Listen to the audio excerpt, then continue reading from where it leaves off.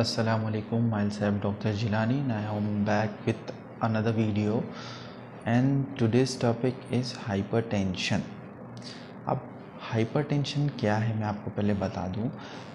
Hypertension जो है ये एक ऐसा प्रॉब्लम है जो 1 billion peoples who are suffering from hypertension, वो चाहे इंडिया में हो, और इंडिया में ये मोस्ट कॉमनली देखा गया है बहुत सारे लोगों में, और इसी तरह डिफरेंट कंट्रीज़ जैसे कि न्यूयॉर्क, अमेरिका और बहुत सारी कंट्रीज़ हैं जहाँ पर लोग हाइपरटेंशन का शिकार हो रहे हैं। अब हाइपरटेंशन मैं आपको बता दूं कि increase arterial pressure during contractions which is called systolic blood pressure and increase arterial pressure during relaxation of the heart is called diastolic blood pressure. अब ये जो है नॉर्मल ब्लड प्रेशर जो हमारा होता है 120 to 80 होता है, यानी कि सिस्टोलिक ब्लड प्रेशर जो होना चाहिए हमारा, यानी जब हार्ट कॉन्ट्रैक्ट करता है तो उस टाइम जो प्रेशर होना चाहिए आर्टरीज के अंदर वो 120 mmHg होना चाहिए। इसी तरह जो है डायस्टोलिक यानी कि 80 mmHg तक होगा, that is called normal high blood pressure. अब इसी तरह जो है इनके कॉजेज़ क्या हैं। कॉजेज़ जो है एक्चुअली में नॉट नोन है, यानी कि कोई पर्टिकुलर कॉज नहीं है हाइपरटेंशन का, बट इसके सर्टेन रिस्क फैक्टर्स हैं। जैसे कि हम आपको बता दें, obesity, stress, angriness, lack of exercise और स्मोकिंग और मोटापा जिसे आप कह सकते हैं।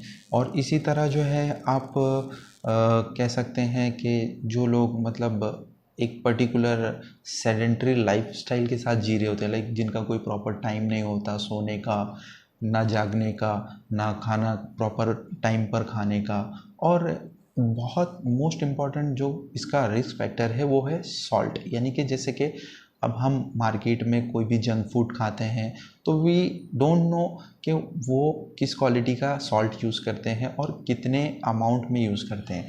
तो ये बहुत मेजर इसका रिस्क फैक्टर है, हाइपरटेंशन कॉज करता है जो कि।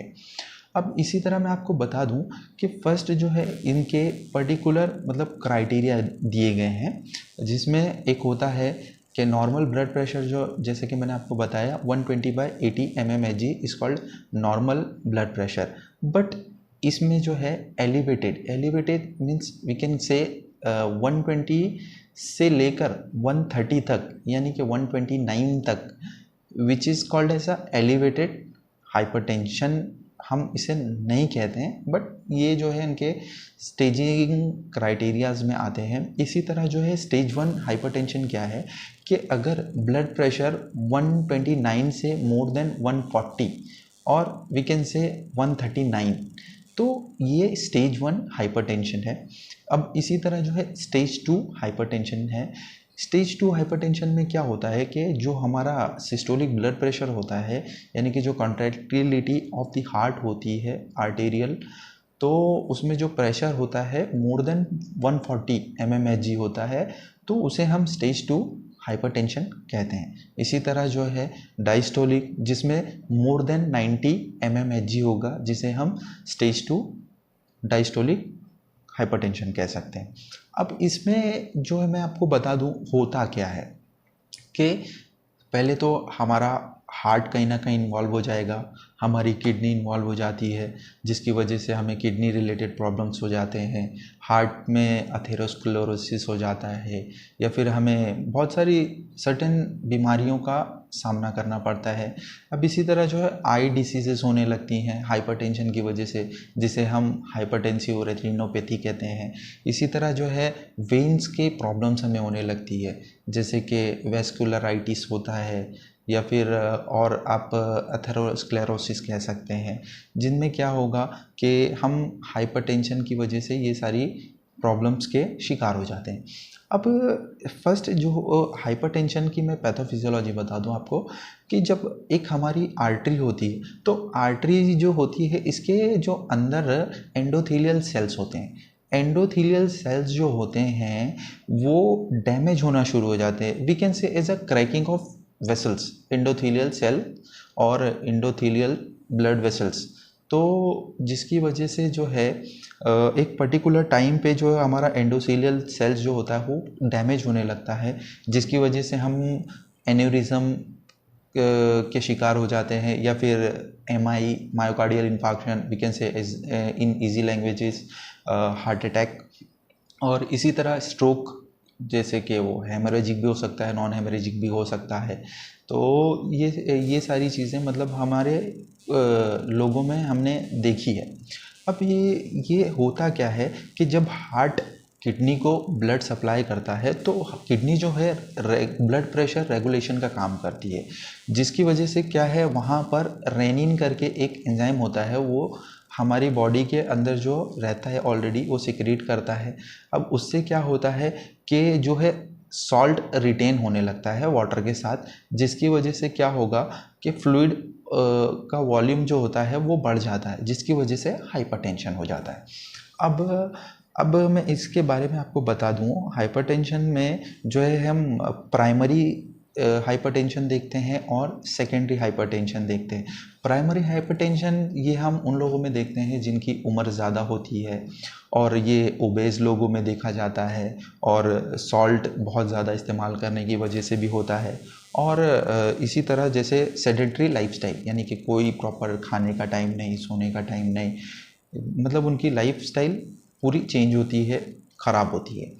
अब सेकेंडरी जो है इसमें हम देखने को मिलता है कि लो रीनल ब्लड फ्लो, मतलब जो किडनी के अंदर जो ब्लड फ्लो होता है वो मतलब कम होता है, लो होता है, जिसकी वजह से सेकेंडरी हाइपरटेंशन होता है। इसी तरह हम देख सकते हैं अथेरोस्क्लेरोसिस और वेस्कुलाइटिस, और जैसे फाइब्रोमस्कुलर डिस्प्लेजिया करके एक डिजीज़ होती है जो कि यंग वुमेंस में होती है। इसमें क्या होता है कि जो आर्टरीज होती हैं वो ठीक हो जाती हैं, यानी मोटी हो जाती हैं, जिसकी वजह से ये हमें देखने को मिलता है हाइपरटेंशन इन लोगों में भी। अब मैं आपको बता दूं कि जैसे इसके अननोन कॉज हैं, मैंने बताया कि ये रिस्क फैक्टर हैं, ओबेसिटी, मोटापा, स्मोकिंग, और ये सारी चीज़ों की वजह से हाइपरटेंशन होता है। अब मैं आप लोगों को बता दूं कि इसमें सिम्टम्स क्या क्या होते हैं। यूजुअली मतलब एक पेशेंट में कोई सिम्टम्स नहीं होगा, मतलब अगर सपोज प्राइमरी हाइपरटेंशन उसको है तो usually there is a no symptoms like, और ये जो है एक साइलेंट किलर का काम करता है। But in secondary hypertension we can see in patient like headache होगा उन्हें, या कभी कभी फीवर आने लगता है, बुखार आने लगता है, या फिर उन्हें बहुत ज़्यादा सांस लेने में दिक्कत होती है, या सीने में दर्द होता है। तो ये सारी चीज़ें हमें सेकेंडरी हाइपरटेंशन में देखने को मिलती हैं। अब मेरा जो ये वीडियो बनाने का मेन मोटिव ये है कि हम हमारे हाइपरटेंशन को कम कैसे कर सकते हैं। मतलब अगर कोई आदमी who are suffering from hypertension, तो वो इन सारे प्रिवेंशन से अपने आप को कहीं ना कहीं मतलब सेफ रख सकता है। अब मैं इसमें जो है नेचुरल तरीका बताऊंगा, जो कि कंप्लीट हर्ब से आप अपना ब्लड प्रेशर मेंटेन कर सकते हैं।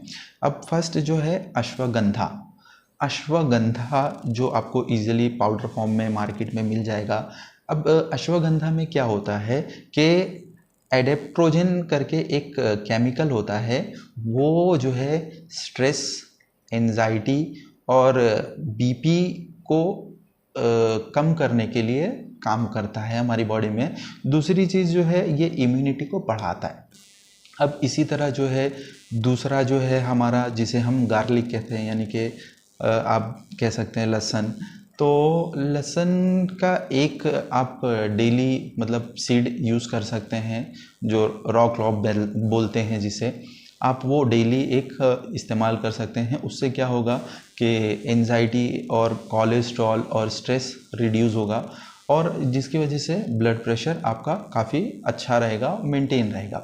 अब इसी तरह जो है त्रिफला, त्रिफला में जैसे कि एक होता है हरद और बहेड़ा और आंवला, ये तीनों चीज़ें मिलकर एक कंप्लीट त्रिफला कहा जाता है हम जैसे।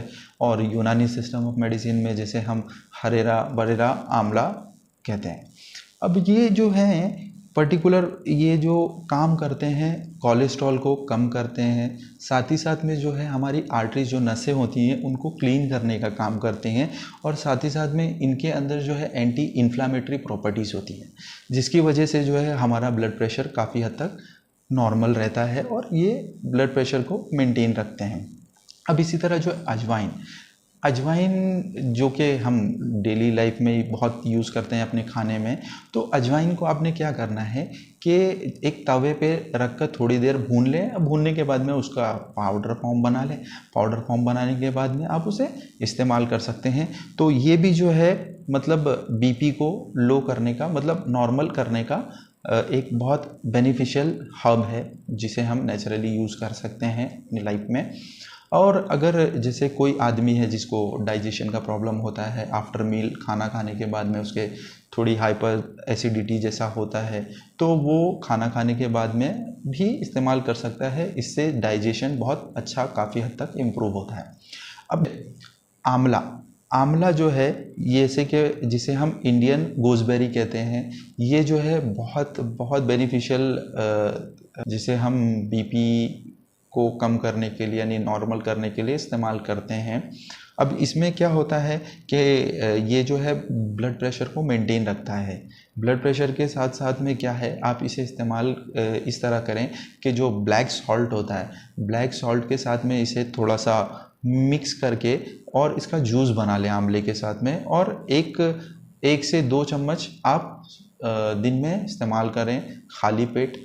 और इसी तरह जो है ये बहुत सारे नेचुरल तरीके थे जो आप अपने ब्लड प्रेशर को कम करने के लिए इस्तेमाल कर सकते हैं। इसी तरह मार्केट्स में बहुत सारी हाइपरटेंसिव मेडिसिन्स आती हैं जो कि लोग लेते हैं आमतौर पर ना चाहते हुए भी।